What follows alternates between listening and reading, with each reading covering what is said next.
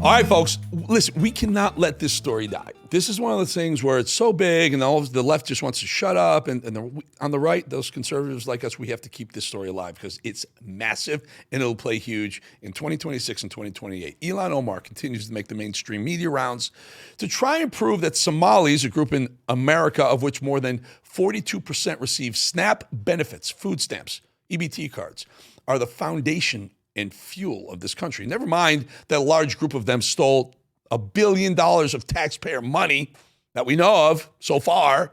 Never mind that part of Minnesota, the part of Minnesota that Omar represents, is a known breeding ground for domestic terrorists, or that many of them prefer Sharia law. High-ranking politician, undeservedly so, wants you to know that the real victims here are clearly the Somalis themselves. Why do you think this fraud was allowed to get so widespread? Well, I want to say, this also has an impact on Somalis because we are also taxpayers in Minnesota. We also could have benefited from the program and the money that was stolen. And so it's been really frustrating for people to not acknowledge the fact that we're also, as Minnesotans, as taxpayers, really upset and angry about the fraud that has occurred. Hey, lady, you're not the victim, lady. The taxpayers in Minnesota are the victim. Those are the real victims. By the way, one of these clown groups charged the U.S. government $12 million for meals they were giving out during COVID, 18,000 meals they were giving out in COVID. By the way, I can't get to that number. I can't imagine how much each meal cost. But I'll tell you this, they never served a meal during COVID. They said they gave out 18,000 meals, and they charged them $12 million. I'm sorry, not the U.S. government, the state of Minnesota. Democrats, of course, are panicked by what happened in Minnesota. They should be. That's why we got to keep this in the news. Let's not let this one go. This is one that we can use for 2026 to show how sleazy and scummy they are and how horrible they are. And you don't want them with the purse check, writing the checks for the United States, any of them, because Congress does that.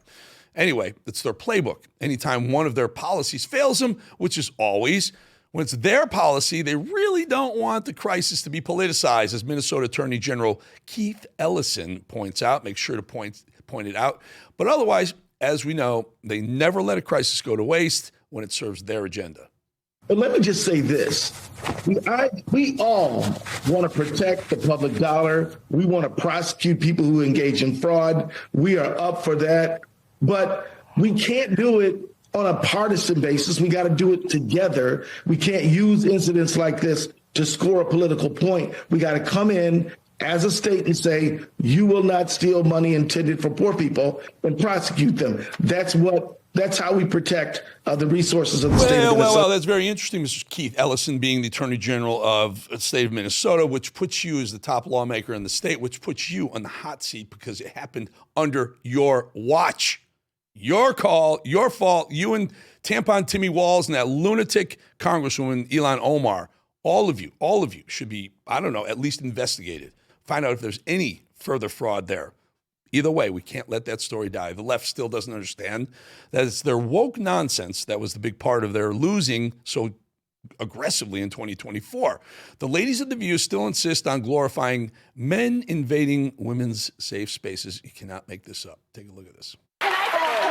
Congressperson has a bathroom in every congressperson has a bathroom in their office. So she's got a bathroom she can use in her office. And I'm sure she can use your bathroom and the bathroom of every Democrat and every person who's not a bigot in the United States Congress. We have bathrooms here.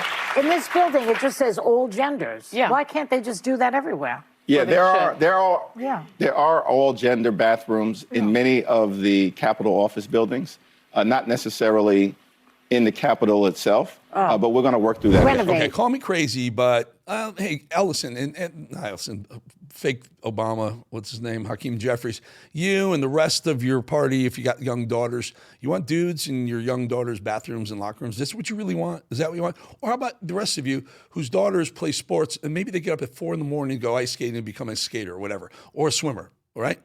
And then some dude comes in who's sucks, and the guy's side decides he wants to identify as a woman and blows away the competition, all women who've worked their hardest, their lives the money you put into it. They're nuts. They're insane. This is not the way the world works. And I don't even want to know what's going on in Hakeem Jeffries' bathroom. Thank you very much. Clearly, this is a party-wide effort by the Democrats to push for the madness. Here's their communist poster child doing her very best to push for endangering women. It's disgusting, and everybody, no matter how you feel on this issue, should reject it completely. What are they doing? They're doing this so that Nancy Mace can make a buck and send a text and fundraise off an email. They're not doing this to protect people. They're endangering women. They're endangering girls of all kinds, and everybody should reject it. It's gross. Thank you. Thank you. I don't even know where to go with that. I have nothing to say about that lunacy, that lunatic, that nut job, the AOC. And clearly she wants to become a bigger presence and maybe even run for president in 2028. Think about that, folks. There's a concerted effort by the left to either misinterpret the intentions of our founding fathers or to slander them all entirely. And you can guess which way Joy Reid decides to go. So, this nation was founded by killers who slaughtered 90% of the indigenous people, leeches who glommed off of the indigenous who taught them how to survive in the wilderness and then murdered them as their thanks and then took all their land. And you want to talk about entitlement, they felt entitled to own other people and they didn't even want to pay taxes on it. So they decided to have a whole war with Britain. So you're free to leave. You're free to leave, Joy. You can go anywhere. Why don't you join Rosie in Ireland? No problem here. But don't worry. We've got the misinterpreting the founding fathers covered too. Ilhan Omar, who hates America and everything we stand for, thinks she understands what they intended, the founding fathers intended for the country. This is certainly not what the founding fathers of the American dream were thinking about when they said, that when they set out to write the Constitution. I mean, I don't know what to say. We got AOC, we got Joy Reid, we got this lunatic Ilhan Omar telling us what the founding fathers were thinking. As she wears her little headdress and says that Somalia is her real heart, that's who the people she's really protecting, not the American people she represents in the state of Minnesota. Let's check in with the guy who thinks he could be the next president in the United States and says you're wondering who that might be. Well, slick Gavin Newsom, making it very clear that his plan is to be the future Stalin and still communism. Put in communism, right? They all love it. They seem to be going that way because Trump a fascist, however. We have a party that I think needs to design and develop a compelling economic vision for the future where people feel included to reconcile the fact that if we don't democratize our economy, we're not going to save democracy. And I don't think it's healthy that we have 10% of people that own 2/3 the wealth in this country. I don't think it's sustainable practice. The folks watching Mr. Beast, disproportionately 30-year-olds, the first generation in history not doing better than their parents. There's some underlying issues here that have to be addressed. We have an economy that is broken for too many people. You know what the greatest thing in democracy? Well, first of all, you vote. Yes, you one person, one vote. You get to vote for your representatives. That's amazing. But also the free market, right? The free market has made the United States of America a relatively young country in the scope of the world.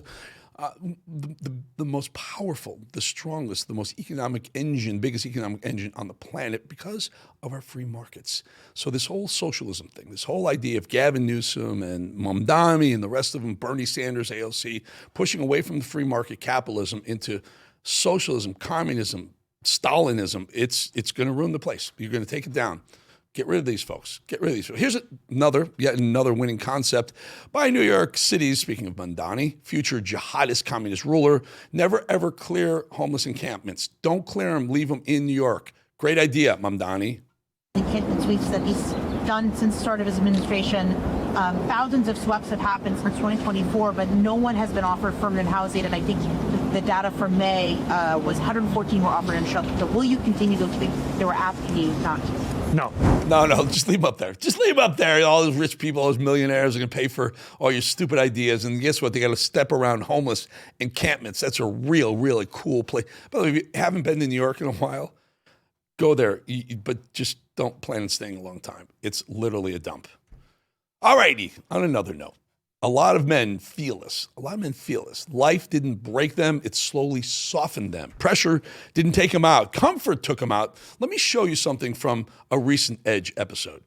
If you're a man who wants more strength, more clarity, more drive, you want to find your edge, you're in the right place. The world doesn't always try to break you. Sometimes it tries to soften you, and that is worse. Most men don't crash overnight. We gradually surrender. We coast. We get comfortable. Don't let it happen.